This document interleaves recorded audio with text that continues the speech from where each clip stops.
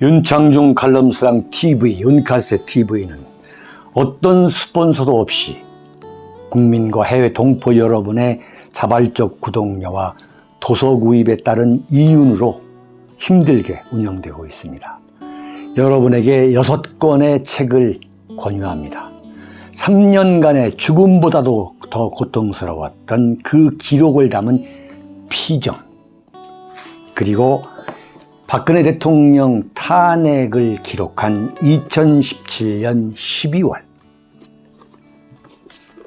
운명, 문재인 정권의 피비린내 나는 정치 보복을 상세히 기록한 칼춤과 부활, 박근혜 대통령의 탄핵이 과연 정당했는가, 유승민의 배신의 정치가 정당했는가를 물으면서 제가 대구에 내려가서 쓴 깃발, 이렇게 6권의 책을 권유합니다. 여러분이 윤칼세 TV를 유지시켜 주시기 바랍니다. 제왕 윤석열, 왕비 김건희 주연, 비극의 용산 드라마 찍기 시작했다. 여러분, 사실은 대통령 당선인 이재명이 아닌 것에 대해서, 대통령 당선인이 이재명이 아닌 것에 대해서 그것 자체만으로도 얼마나 참 안도감을 주는 것 아니냐. 물론 안도감을 줄 수가 있죠. 그러나 윤석열 당선인이 이재명보다 지금 대통령 당선인 이 시점에서부터 과연 이재명을 뽑지 않은 것이, 그래서 윤석열을 뽑은 것이 천만다행인가, 이 부분을 우리가 냉정하게 짚어야 하죠.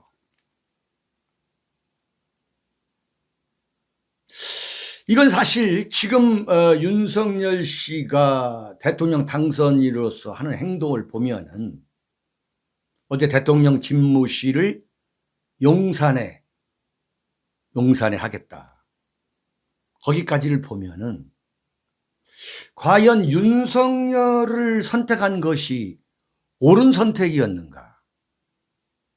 결코 옳은 선택이 안 될 것이다라고 윤창중이가 1년이 넘도록 이야기해 왔던 것이 사실은 그대로 적중한 거 아니겠어요? 사실 정말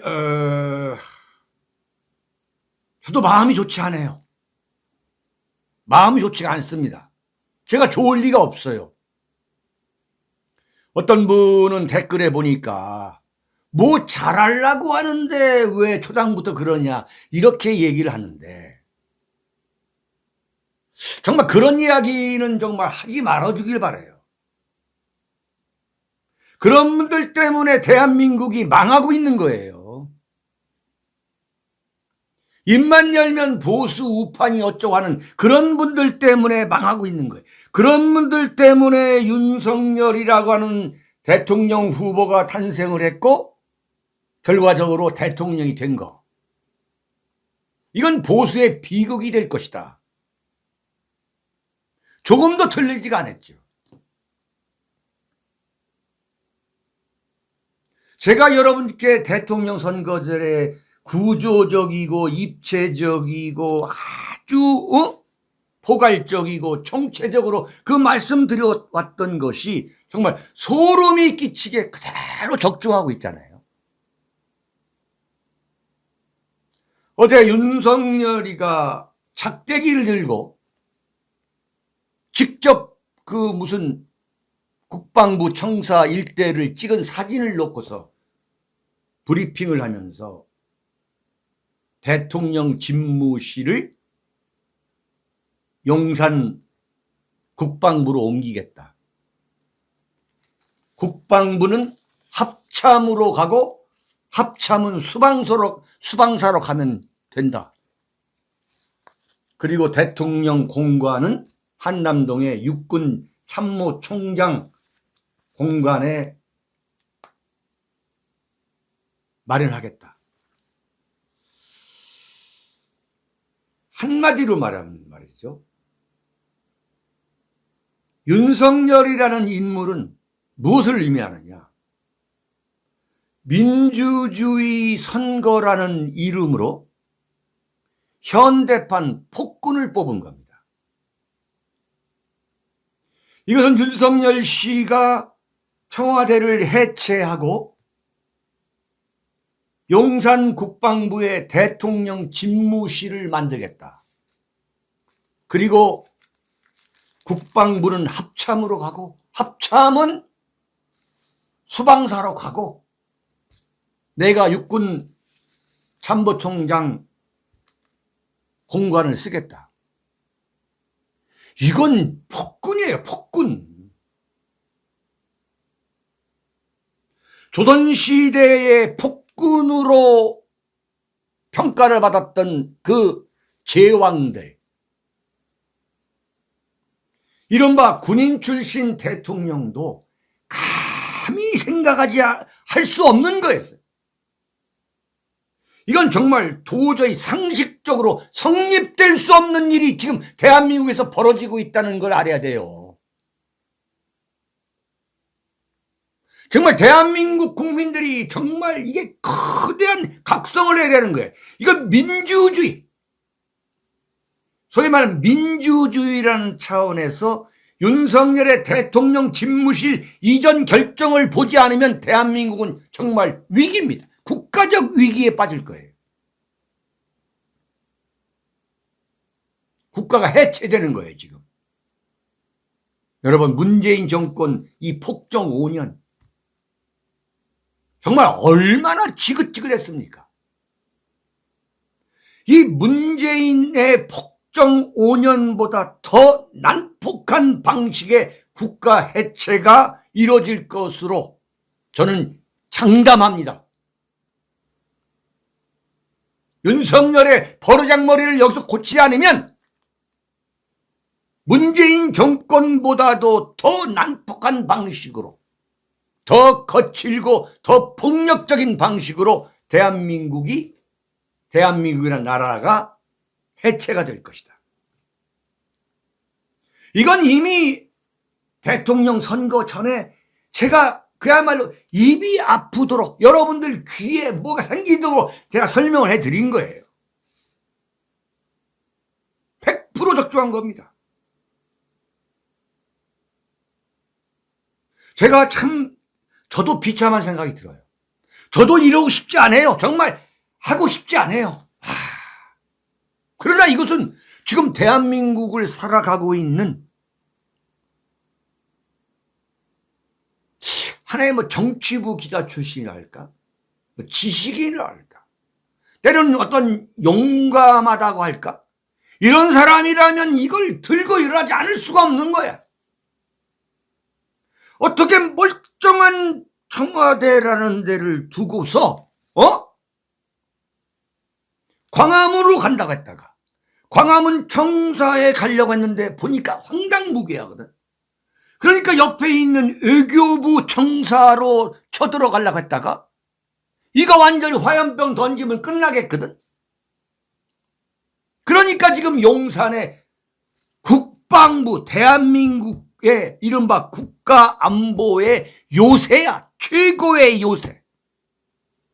그 요새를 허물어버리고 국방부를 합참으로 보내고 합참은 수경사로 보내고, 그러면 수경사는 어디로 가야 되는 말이야? 대한민국의 국가안보를 완전히 난도질하는 거예요. 청와대가 무슨 볼펜 들고 일만 하는 데가 아니에요. 그 청와대 자체가 이른바 대한민국의 심장입니다.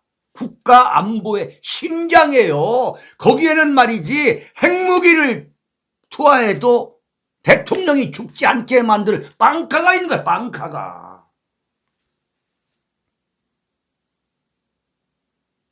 그런 빵카 하나가 있다는 거, 그거 사실도 모르고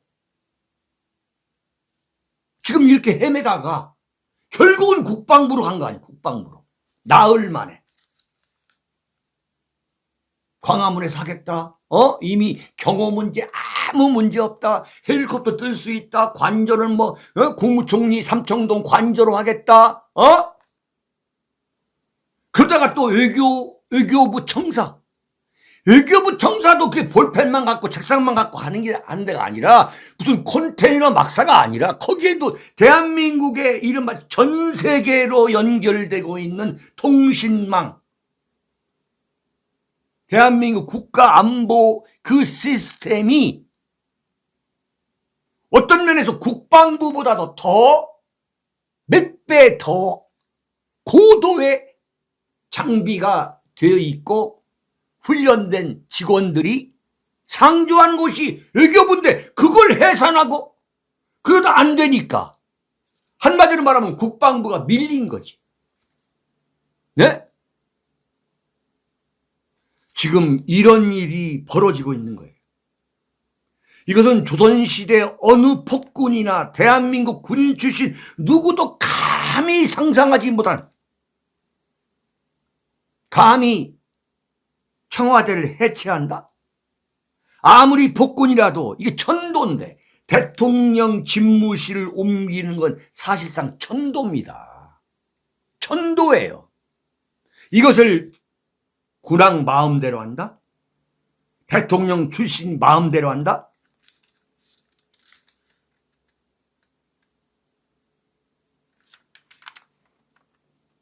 이것은요, 이미 제가 윤석열의 인간형 그 캐릭터를 보면 어떻게 될 것인가, 어떤 인물이라고 제가 참 구체적으로 제가 분석하고 해석을 해드렸죠. 이미 이런 일이 왜 벌어지느냐, 대통령 당선인에 불과한 거예요.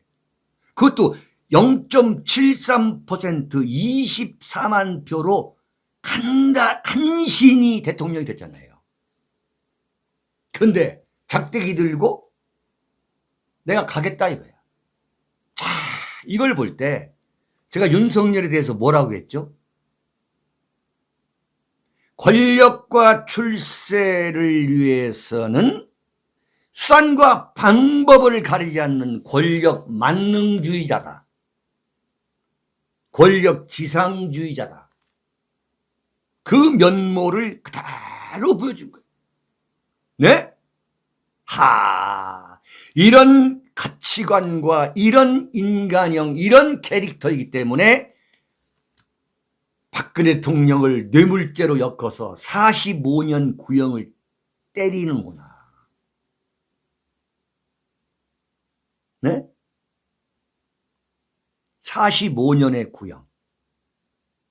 이명박 대통령을 1년 7개월 수사해가지고 구속시키는 그런 인간적 폭력성의 일면을 나는 보여줬다 보는 거예요. 브레이크가 없는 인간성, 브레이크가 없는 그 폭주형의 인간성이 아니라면은 박근혜 대통령과 이명박 대통령을 그렇게 감옥에 넣을 수가 없다. 말하잖아요. 뇌물죄로 엮어버리면 간단한데 뇌물죄로 재판받게 되면 이건 대통령이 탄핵을 받지 않더라도 그냥 재판받으러 나와야 하기 때문에 박근혜 대통령이 물러설 수밖에 없다는 거 아니에요. 박근혜 대통령이 뭐냐 이거야. 직업이 재단이야. 재단. 무슨 유경재단이다, 정수장학회다. 이거 뇌물 빼가지고 먹으려고 했다. 이렇게 뇌물로 엮어가지고. 그 윤석열 자기 본인의 고백이잖아요. 정말 큰일 났어요. 출세와 권력을 위해서는 수단과 방법을 가리지 않고 질주하는 브레이크 없는 인간성, 브레이크 없는 폭주형 인간성. 지금까지 대한민국 국민들이 고려 500년, 조선 500년, 그리고 해방 이후 74년 동안 우리가 겪어왔던 역대 어느 정치 지도자보다도 폭력적인 인물이 아니야.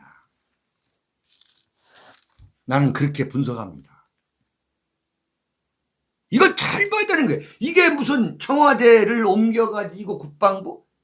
기계적으로 이건 무슨 이삿짐, 왜 그걸 갖고 그렇게 과대평가하느냐?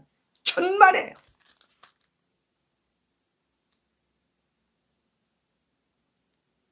인간성 자체가 이른바 브레이크 없는 폭주형 인간성입니다. 그래서 윤석열의 탄생은 한마디로 민주주의 선거라는 이름으로 현대판 폭군을 뽑은 것이다. 이런 결론을 우리가 내리지 않을 수가 없다. 두 번째, 윤석열의 머릿속에서는 왜 이런 발상이 나왔느냐? 대한민국 70년 현대사의 혈맥을 끊겠다는 거예요. 자신부터 다시 시작하겠다는 전형적인 독재자의 면모죠. 무서운 거예요. 역대 대통령 모두가 들어가 살던 데를 자기는 살 수 없다는 거야. 이른바 제왕적 대통령 그것을 철폐하겠다. 이건 뭐냐? 자신이 제왕적 대통령이 되겠다는 자기 고백인 거야. 이것은 자기는 새로운 역사를 쓰겠다는 거지. 네? 청와대가 어떤 데예요? 제가 말씀드렸잖아요. 고려 때의 숙종, 이른바 개경, 당시 수도 개경의 이국 남경이었다. 남경, 남쪽 수도. 조선시대 경복궁의 후원. 일제강점기 빼앗은 우리의 역사인 총독 관저가 있던데. 그러나 1948년 이른바 이승만 건국 대통령의 건국의 산실이 어디냐? 그게 청와대 아닙니까? 당시 국가가 너무 가난했기 때문에 총독 관저가 총독이 쓰던 그 총독 관저를 대통령 집무실로 할 수밖에 없는 그 고뇌를 윤석열은 모르는 거야. 네? 박정희 대통령의 산업화의 산실. 그게 바로 지금 청와대인 거야. 박정희 대통령이 돌아가셨을 때에 그 총독 관저가 쓰던 그게 바로 집무실이고 2층이 대통령 가족의 관저였잖아요. 근데 박정희 대통령이 쓰시던 그 변기의 물통에 벽돌이 들어있잖아요. 벽돌이. 왜? 물을 아끼기 위해서. 그걸 윤석열은 인정하고 싶지 않은 거예요. 네? 김영삼을 보면 윤석열의 미래가 보여요. 김영삼이가 제2의 건국이라고 얘기했죠. 역사 바로 세우기. 그래서 청와대 자기들의 전임자들이 썼던 노태우 대통령까지 썼던 그 관저와 집무실을 이른바 역사 바로 세우기 친일파 청산, 친일잔재 청산이라는 이름으로 해체를 시켜버렸어요. 포크레인에다 찍어버렸습니다. 네? 중앙청 다 해체시켜버렸어요. 이승만 대통령이 대한민국 독립국가를 선포했던 그 역사적 현장이 없어져 버린 거예요. 이건 뭐냐? 하나의 광기인 거지. 집권 세력의 광기. 그 광기가 어떤 종착역에 이르렀느냐? 이른바 IMF 사태라고 하는 상상도 할 수 없었던 6.25 이후에 최대 참사, 국가 재앙에 이르게 된 거지.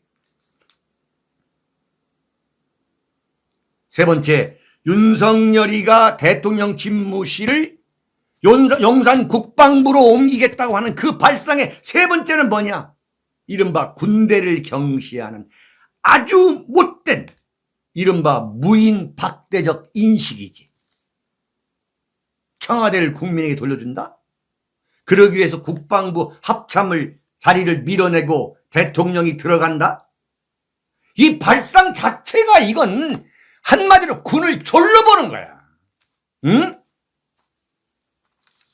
내가 대통령인데 뭘 못해? 한마디로 말하면 군발이? 너희들이 뭐야? 나가라면 나가는 거 아니야. 전형적으로 군대를 우습게 보는 이른바 대한민국에서 서울법대 나오고 무슨 변호사 하면서 허장성세로 살아가는 사람들의 그 머릿속에 숨겨져 있는 그 이른바 무인 박대적 인식.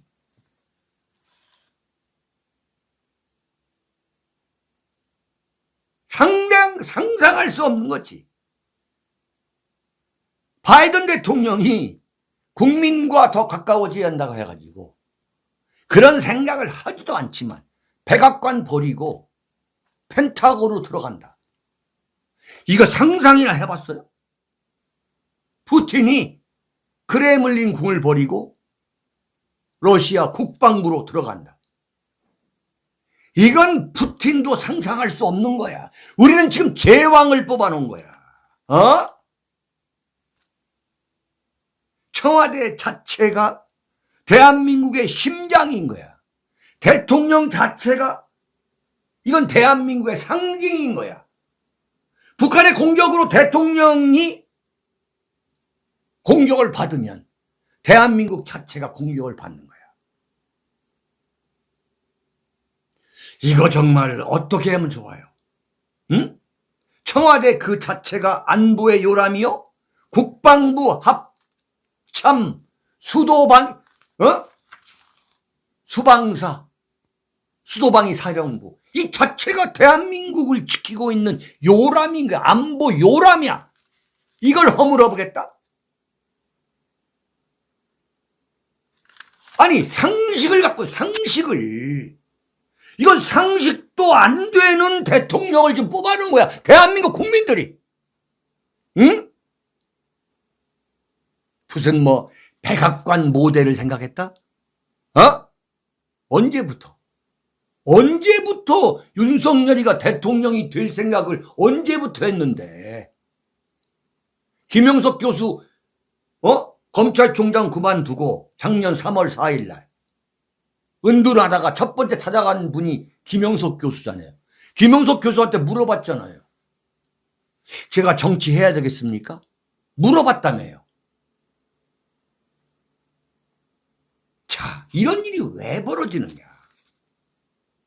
제가 여러분에게 냉혹하게 평가했던 이른바 윤석열의 정신적 사유세계, 이른바 이념과 사상이 우파가 아니기 때문이라는 거야. 네? 윤석열은 이재명보다 김대중 정신에 더 가깝다. 김대중 정신을 계승하겠다. 5.18 정신을 헌법 전문에 넣겠다. 노무현 정신을 계승하겠다. 라면서 그 울먹일 때 이건 대단히 중요한 거다. 근본적으로 뭐냐? 윤석열의 머릿속에서는 이승만의 건국과 박정희의 산업화를 인정하고 싶지 않은 거야. 윤석열의 사유체계를 지배하는 건 뭐냐? 이른바 김대중과 노무현이지 결코 이승만과 박정희가 아니라는 걸 그대로 보여주고 있는 거야. 이걸 대한민국의 정통 보수들이 왜 인정을 해야 되냐 이거야.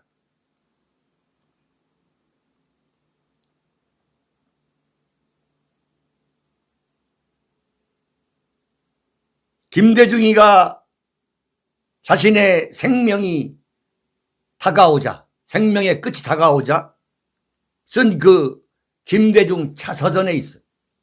그 김대중 자서전에 김대중이가 뭐라고 앉았습니까? 이승만이가 대한민국 초대 대통령이 된 것은 대한민국의 비극의 시작이었다고 그랬어요. 노무현이가 뭐라고 한 줄 압니까? 대한민국은 태어나서는 안 될 나라다. 대한민국은 친일파가 만든 나라다. 대한민국의 안보는 미 점령군이 지켜준 나라다. 대한민국은 친일파 3대가 떵떵거리며 살던 나라다. 대한민국은 정의가 실패하고 불의가 성공한 나라다고 했어. 그런 사람을 존경하는 거야.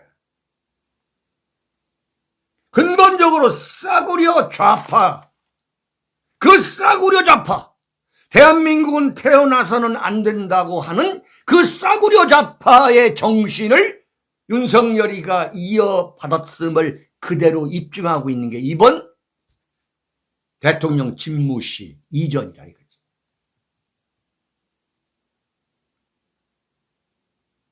네? 자, 그런데 윤석열이가 이런 결정을 내릴 때에 이른바 주변에서는 어느 누구도 반대를 했다는 이야기가 없어요. 단지 신종론만을 제기했다는 거야. 들어가서 1년쯤 있다가 그때 이사 갑시다. 제가 어제 그저께 토요일에 말씀드렸죠. 이른바 윤석열 정권의 이른바 신실세, 후한 흑심 11인방, 너무나도 걱정되는 이른바 끔찍한 잡동사니 인물들의 등장이다. 그대로 적중하잖아요. 그대로 적중하는 거예요. 이른바 싸구려 좌파들. 더 구체적으로 말하면 탄핵 연합 세력, 탄핵 배신 세력, 탄핵 주동 세력, 여기에 부한 뇌동했던 세력, 이 탄핵 연합 세력이 대한민국의 신주류로 등장. 이 자들의 첫 번째 작품이 뭐냐? 청와대 해체하고 국방부에다가 대통령 집무실 만들고 국방부 합참 다 쫓겨내고 육군본부 공간에 윤석열, 김건희가 거주하겠다는 거예요. 그 용산 일대는 그야말로 교통지옥 아수라장이 될 거라고. 아수라장이. 네? 자, 이런 일이 왜 벌어지냐, 이가 이런 일이. 상식적으로 있을 수가 없는 쭉 설명을 제가 드렸죠. 네?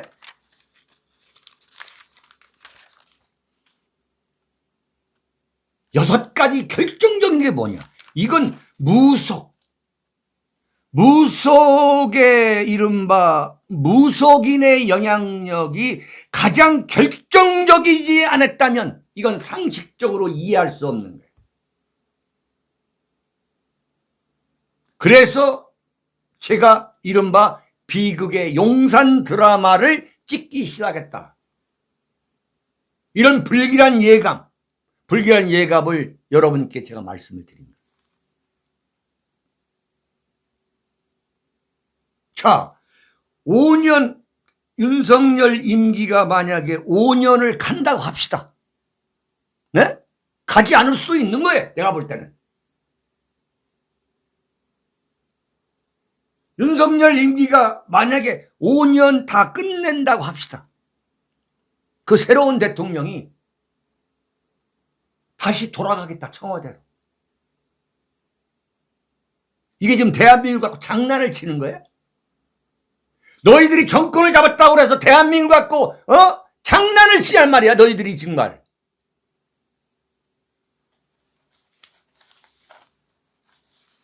대통령 관저 한남동 육군참모총장 공간에 여러분, 그 서울 한남동 육군참모총장 공간에서 지금 대통령 집무실까지가 무려 4.5km예요.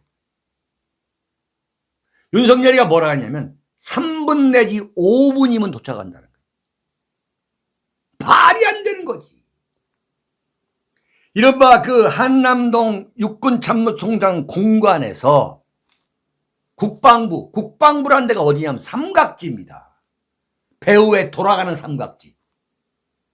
그 삼각지, 지금 권영세 의원 그 사무실이 있는 과거에 진영 의원 사무실 앞에가 국방부에 국방부.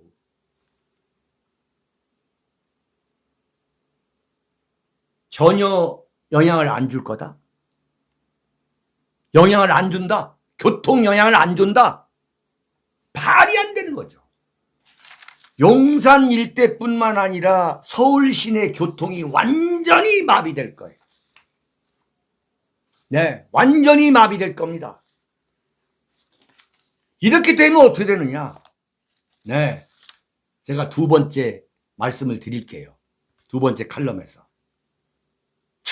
이러는데 지금 조중동에서는 이게 무슨 뭐 100억간의 프레지덴셜 에리어를 뭐 모델로 했다.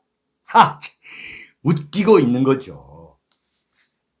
정말 웃기는 게 뭐냐면 이른바 퍼스트 레이디가 될 퍼스트 레이디, 이걸 뭐라 합니까?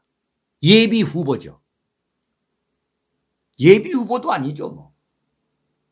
퍼스트 레이디 대기자 김건희에 대해서 조선일보의 아무튼 주말이라는 코너에 정말 조선일보라는 신문이 무서운 신문인 거예요. 이른바 대한민국에서 위조, 학력, 경력 위조, 도이치모터스 주가 조작 의혹, 개명, 그리고 놀라운 그 완벽한 얼굴 교체, 성형, 네? 그리고 그 사치에 극치락할 수 있는 김건희 여사를 조선일보가 뭐라고 얘기했느냐? 재키 스타일이라는 거예요. 미국 국민들의 아직도 가장 마음속에서 흠모하고 있는 존 F 케네디 부인 제클린으로 미화를 하는 그 기사가 이만큼 떴어요. 이야, 조선일보 정말 무서운 신문인 거야. 이야, 이렇게까지 나올 줄은 정말 저도 생각 못했어요. 무채색 바지 정장에 스카프가 돋보이는 그녀는 재키 스타일이라는 거예요. 72년생 대통령 부인으로서 화제를, 72년생. 김건희 패션, 패션이다. 패션도 정치다. 대통령 부인은 더욱 그렇다. 이렇게 시작하죠. 윤석열 대통령 당선인 아내 김건희, 화려열고 50, 코바나 컨텐츠 대표의 키는 168.5cm. 역대 대통령 부인 중 장신에 속한다. 와, 화제성도 높다. 이게 조선일보입니다. 조선일보가 권력 앞에서 얼마나 비굴한 언론인가를 그대로 보여준 거예요. 전두환의 부인 이순자 여사, 노태우 대통령의 부인 김옥숙 여사, 김대중의 부인 이희호 여사, 노무현의 부인 권양숙 여사 전부 다 이렇게 미화했습니다. 인터넷 팬카페 건사랑의 회원수는 17일 오후 11시 현재 86,755명, 이달 안에 10만 명이 넘을 것으로 예상된다. 이것만 보면 그냥 깜빡 속는 거예요. 완전히 커리어 우먼 패션이다. 전형적인 커리어 우먼 패션이다. 지난 4일 사전 투표 때는 검은색 코트와 검은 바지를 입고 스니커스를 신었다. 전형적인 커리어 우먼 패션이다. 역대 대통령 배우자 중 유일한 비즈니스 우먼 출신. 직접 회사를 설립하고 대표이사까지 지낸 경우는 없었다. 와! 만약에 열린 공감 TV 이 진행자들, 그 사람들이 이 기사를 봤으면 정말 토했을 거야, 토했을 거야. 하이힐 대신 굽 낮은 단화나 스니커스를 즐겨 신는 것도 눈에 띈다. 키가 큰 이유도 있지만 무엇보다 활동성을 위해서다. 한 미술업계 관계자는 전시를 하다 보면 대표라도 뛰어다닐 일이나 물건 나를 일이 많다며 옷이 구겨져도 티가 덜 나면서 세련돼 보이도록 입는 것이 특징이라고 했다.